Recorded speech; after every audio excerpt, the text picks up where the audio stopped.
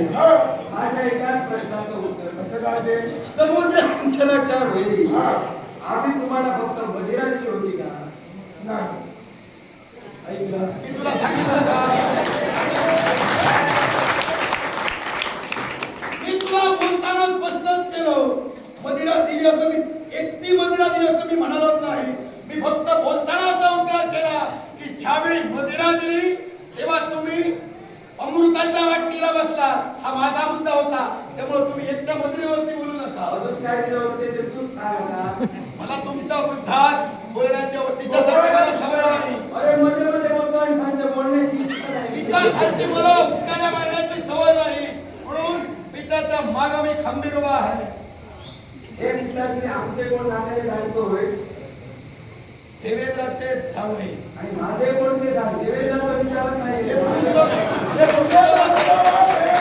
जावई निश्चित. आणि वैकुंठीच्या नारायणाचे ऐक मी मला बोलायचं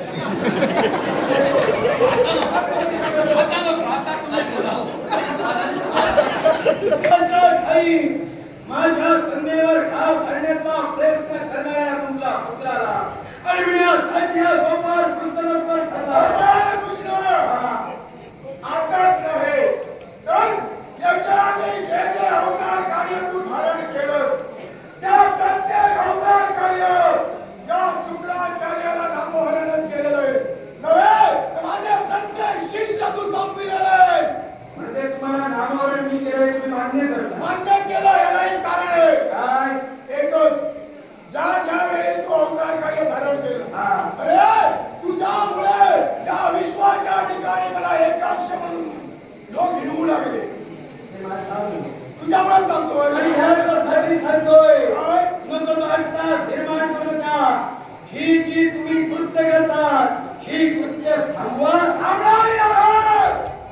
जोपर्यंत देवतांवरचा बदला पूर्ण होत नाही तोपर्यंत हे असंच घडत राहणार आहे. तू अवतार घे नाहीतर घेऊ नकोस. अवतार घेणं माझा प्रश्न आहे. तुमच्या सांगण्यावर अवतार कार्य धारण करणं हे माझं कर्तव्य आहे. आणि म्हणून सांगतोय या विश्वाच्या खाली अगोदर ज्ञान पुत्र उत्पत्ती करण्यापेक्षा पूर्ण त्या ज्ञानाचा निर्णयावर पुत्रांना मार्गक्रमण करण्याचं कार्य तुमच्या सारख्या तत्त्वज्ञ व्यक्तीकडनं आणि त्यांच्या पुत्रांकडनं ही अपेक्षा कधी आम्हाला विश्वाचा परब्रह्म म्हणून या ठिकाणी घडतोस. पतिरथाचा पाठीराखा म्हणून त्रिदावरी कंठाच्या ठिकाणी धारण केले. माझ्या एका प्रश्नाचं उत्तर दे. ज्यावेळी बालपणी ज्यावेळी गोपिका स्नान करत होत्या त्यावेळी त्यांची वस्त्र तू वृक्षावरती घेऊन जात होतास. मग सांग पतिरथाचा पाठीराखा म्हणून या विश्वाच्या ठिकाणी घडला गेला असा कोणता अपराध त्या गोपिकांचा होता? अपराध कोणताही नव्हता. मग तिथं गोपिकांचा अपराध कोणताही नव्हता. मग त्यांची वस्त्र त्या वृक्षावरती घेऊन जाण्याचा अधिकार काय बसतो तुला?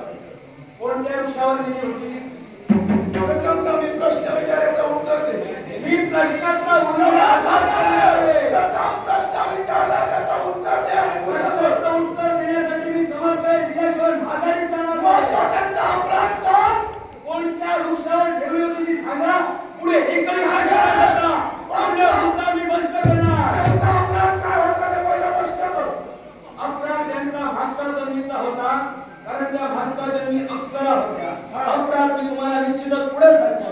पण कोणत्या आता सांग. पण या विश्वाच्या ठाई ज्यावेळी महंत ऋषीमुनी भक्ती करत होते आणि त्यांच्या भक्तीत खंड पाडण्यासाठी या अप्सरा तत्पर ठरल्या. आणि याच प्रकारे तुमचं सुद्धा तत्व एका प्रमाणे एका दिवशी घडतोय आणि तो देव करे असा शाप त्यांना ऋषीमुनींनी दिला होता. आणि त्या शापाची पूर्तता मी या युगात केली आणि म्हणून गोपिकांची वस्त्र मी झाडावर टांगून ठेवली होती. मिळालं प्रश्नाचं उत्तर? योग्य दिवस. अयोग्य बोलण्यासाठी आम्ही हातावर ज्ञान मी बोललो का तुला? मी असं बोललेलो नाही. तू अर्धवट ज्ञान घेऊन आलाय. तुझ्या मुखातून मधू नको. मी तुला बोललेलो नाही. तू अर्धवट ज्ञान घेऊन आलाय.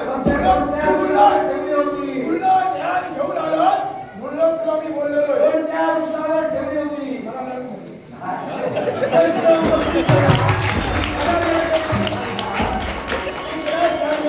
हे बघ, हे ज्ञान नाही आहे ते. हे बघ, मी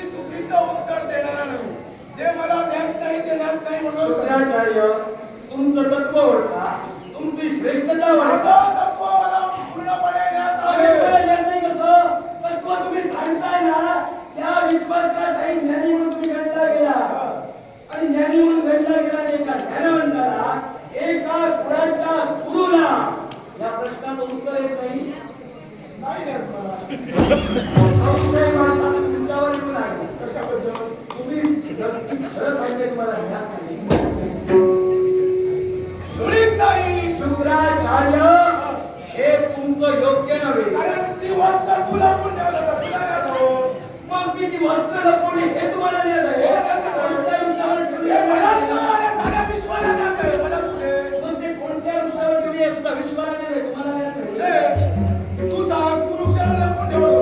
काय बोलताय बोलायचं ते बोलताय का तुला म्हणे ही माझी मुद्दा चालली असं मला तर वाटतं कशी काय? कारण तुम्हाला हे ज्ञान नाही असं तुम्ही म्हणलेले शब्द बरोबर नाही कारण या विश्वाच्या ठाई जो शाप मिळाला होता त्या शापाच्या सत्यतेसाठी कदंब वृक्षावर गोपिकांची वस्त्र या गोपाल कृष्णाला केली दिला आणि म्हणून सांगतो आता प्रश्न हे वाटायचा झालं स्त्रियांच्या बाबतीत. अर्धवट ज्ञान तुम्ही घेऊन देताय हे घेऊन देताय. हे झालं स्त्रियांच्या बाबतीत. आता दुसरा माझा प्रश्न तुला आहे. तू म्हणतोयस हे माझे धनुकुल सम्राट साऱ्या तुझ्या भक्तांचा छळ करतोय. मग तू तुझ्या भक्ताच्या बाबतीत देखील कपट केलं होतंस. आता तुझा भक्त तुला देत नाही. तुम्ही म्हणता तो सुद्धा तुझा भक्त एक धनुकुल उत्पन्न राजकर्ता होता. तू आठव तुझा भक्त त्या भक्ताला भक्तीवरती प्रसन्न होऊन वरदानही तू प्राप्त करून दिलोस. एवढंच नव्हे तुला आठवण म्हणून पुढे सांगतोय एवढंच नव्हे तर ते वरदान दिलेला पुलश घेतलास सुद्धा. मुद्दा तुम्ही उपस्थित केलाय हो पूर्ण मुद्दा विस्तृतपणे सांगा आता ऐक हा. कोण्यात तुला मी ठेवणार नाही कारण शंकाचूर हा एक दानवच होता. भक्ती कुणाची केली त्याने केली ना. त्याला वरदान काय दिलंस? तुम्ही मुद्दा पूर्ण उपस्थित करा म्हणून सांगितलं भक्ती तुझी केली तुझा भक्त. तुम्ही मुद्दा पूर्ण उपस्थित करा म्हणतोय तुम्ही ज्या मार्गाने खाताय ना त्या मार्गाने योग्य प्रकारे तुम्हाला नाही. ऐक शंकाचूर तुझा भक्त तो सुद्धा दानव होता. मग त्या दानवाला कृष्ण कवच तू दिलंस बरोबर.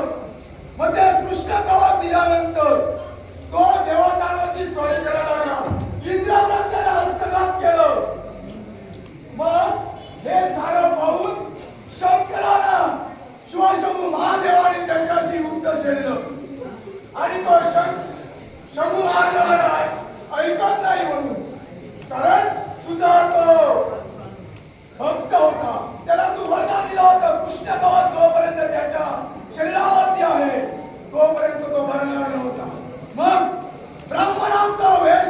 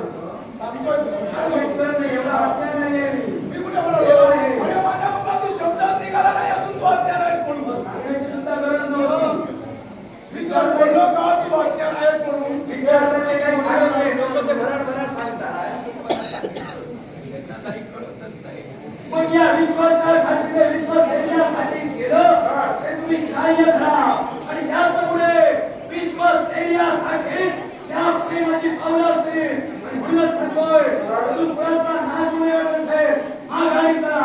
आई भक्त प्रल्हाद तुला निस्सीम बघतो. त्या भक्त प्रल्हादाला दुसऱ्याच्या अवतारात वचन दिलं होतंस, तुझ्या 21 कुळाचा उद्धार मी करेन, रक्षण करेन. मग 18व्या कुळाचा त्याचा बाणासूर,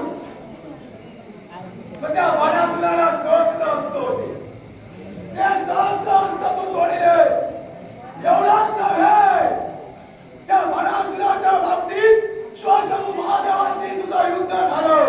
त्या युद्धात श्वशंभू महादेवाला तू मूर्छित केलंस, पण ऐन वेळी त्याला शुद्ध आली आणि तुझं वचन तसंच्या तसं राहिलं, तर वचन भ्रष्ट म्हणून घोषित केला गेलं. आठवतंय? आता तुम्हाला बोललं ते काय आठवलं? का कशाला? विवचन भ्रष्ट झालं होतं म्हणून काय घडलं तुम्ही जाणताय ना? जाणतोय मी. मग त्या भक्त प्रल्हादाला वचन देऊन सुद्धा त्या बाणासुराच्या बाबतीत ते हेच केलं. त्या भक्त प्रल्हादाबरोबर तुमचे 2 पुत्र कारागृहात का ठेवले होते? कुणाचे? तुमचे. हे तुला कशाला सांगतो?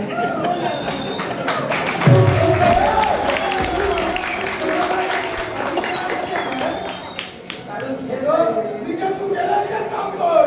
हे बघ, जे साऱ्या विश्वाला ज्ञान आहे, जे तुझ्याकडे घडलेलं आहे, तेच मी सांगतोय. मी तुझ्याकडे कुठे गोष्ट काढून घेतली? मी एक सुद्धा प्रश्न तुम्हाला केला नाही नाही, तू प्रश्न जे केलेस ना, ते माझ्याकडून सगळी उत्तरं काढून घेण्याचे आहे तुला. शुक्राचार्य. एवढा मी मंदबुद्धीचा नव्हे. एकही प्रश्न मी तुम्हाला केला प्रश्न नाही. होता तो. हो, ऐका मला बोलायला द्या. एकही प्रश्न मी उपस्थित केला नाही. तुमच्या मुद्द्याची फोड करण्यासाठी फक्त मी प्रश्न केले. वेळोवेळी तुम्ही हे सांगितले. मुद्दा पडला नाही. मी भक्ताच्या बाबतीत अधर्म केला त्याबद्दल. तुम्ही बोलणार मी आहात. भक्ताच्या बाबतीत अधर्म केला मला त्याबद्दल. बोलायला देण्यासाठी तुम्ही बोलणार आहात. मग ज्यावेळी मी प्रश्न केले तुम्ही सांगितलं मला ज्ञान नाही. तू सांगा. मी जे खरं आहे ते सांगतो. खरं आहे एवढ्या ज्ञानवंताला हे जर ज्ञान नसते त्याचा काय उपयोग? माझ्या बाबतीत थोडं आहे. तुमचं कसं आहे? माझा अभ्यास परिपूर्ण केला आहे. तुमचा अभ्यास अपूर्ण राहिला. मुळीच नाही. मग कशाला नाही? मग सांगा काय गरज काय ठेवलं? अन्य प्रश्नांचं बोल. कशाला? काय ठेवलं? काय संबंध सांगण्याचा? हे बघा वाईट मार्गाने तुम्ही गेला. मुळीच नाही. हे मी वाईट मार्गाने तुला प्रश्न तुमच्या विचारला नाही. मला ऐकायचा होता. ऐका. तू अवतार माझ्या ऐकायचा मानला. होता. पण तुम्ही जर मान सन्मानाच्या विरुद्ध आहात. तू अवतार कार्यात जे जे केलंस त्या बाबतीत तर मी बोललेलो. आणि त्याच्या बाहेर जर मी तुला प्रश्न केला असेल तर सांग. त्याच्या बाहेर जाऊन प्रश्न केले. हे तू ठरविलंस. ते तुमचे पुत्र कारागृहात काय ठेवले? जे तुला ज्ञात आहे ते मी तुला विचारलं. म्हणजे तुमचे पुत्र कारागृहात काय ठेवले तुम्हाला ज्ञात नाही. मला सांगायचंही नाही. काय? मला सांगायचंही नाही. यात नाही, सांगायचं नाही. सांगायचंही नाही. असं समज. यात नाही असं सांगा. कोण? मी कशाला सांगू? मग सांगा नसतोय का तुम्ही? जे मला सांगायचंच नाही तुला. मी साधी उत्तरं द्यायला इथं आलेलो नाही. एक लक्षात ठेव. कारण जे 8व्या अवतारापर्यंत तू सारं अवतार कार्य घेतलेलं आहे, त्या प्रत्येक अवतार कार्यात माझे बडे बडे शिष्य तरुण मुलांना राहण्यात ठेव. त्यांचा सेवा तुझ्याकडे घडलेला आहे. म्हणून तू तुला वैरी तू माझा आहेस. याच्यापुढे एकच सांगतो. काय? दुसऱ्याचा अभ्यास करण्यापूर्वी स्वतःचा अभ्यास करा. तुला केलेला आहे. ऐका, मी बोलतोय ना. मला बोलताना बोललो का? शुक्राचार्य ऐका म्हणतो वेळोवेळी सांगायला पाहिजे. मग स्वतः ऐकायला पाहिजे मी बोलतोय. वेळोवेळी मध्यस्थी बोलण्याचं कार्य करतात. दुसऱ्याच्या मुखातून निघणारी भाषेशिवाय ऐकली पाहिजे. आपण एक ब्राह्मण आहात. दुसऱ्याच्या मुखातून शब्द ऐकायला चांगला शब्द येत नाही. आहे. आहे ना? म्हणजे गाणच्या मध्ये का बोलत होता? बोल आता. एकही शब्द बोलणार नाही. बोल. का ठेवले होते तुमचे पुत्र?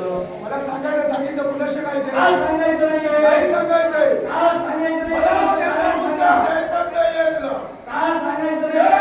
माझ्या प्रश्नाची उत्तर दे. भक्ताच्या बाबतीत अधर्म का केला? भक्ताच्या बाबतीत वेळोवेळी अधर्माने केला. अधर्म कर्मचाऱ्यासाठी केला. केला. तुझ्या मतानं असेल.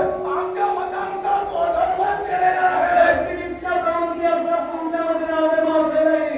पण जिथं धर्माला काय उचित कृत्य मी केलं, मग तुमचे पुत्र कारागृहात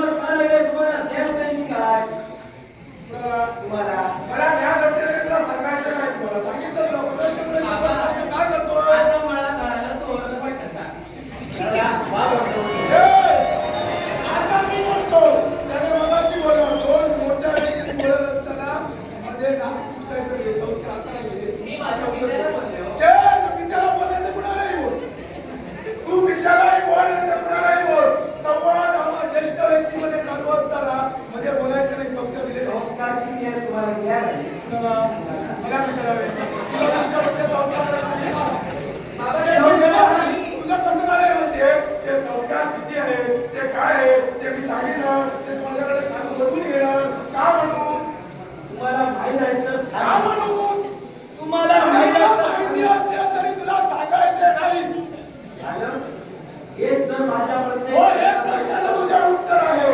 मग ऐका, काय? एवढ्या ज्ञानवंताला जर ज्ञान माहिती नसेल, कसं समज? तुझ्या मताने. माझ्या मनात आता सर्व काही मला समजून घेऊन मला जावं लागतं. कारण तुझ्या मताने कसं समज? तुमचं अर्धवट ज्ञान हे कुठंतरी तुम्हाला घातक ठरत आलेलं आहे. तुम्हाला मला घातक ठरणारा साहेब नव्हे. विचारले दोन मिनिटांची उत्तर मला द्या. घातक ठरणारा नव्हे. मला आवश्यकता वाटत नाही तुझ्या प्रश्नाची उत्तरे द्यायची. आता तुमच्या कारण बाकीच्या देवता जर सोडल्या तर हाड वैरी तू माझा आहेस म्हणून द्यावंसं वाटत नाही. आणि म्हणून जर का देवाचे वाटत असेल, तर माझ्या प्रश्नाची उत्तर द्यायला तुम्हाला नाही जमते. आघाडी तिला म्हणतोय, या विश्वाच्या ठाई 16 संस्कार कार्य करणे गेले. या विश्वात 15 संस्कार माणूस जिवंत असतो त्या माणसावर घडतात. 3 संस्कार आईच्या गर्भात घडतात या विश्वाच्या ठाई. आणि 16वा संस्कार तो श्रेष्ठ मानला गेला. हे 16 संस्कार जर गुरुला माहित नाही तर गुरु शिष्यांना ज्ञान काय देणार? यापेक्षा हे जर का तुम्हाला ज्ञान नसेल प्रत्येक गोष्टीचं उत्तर द्यायचं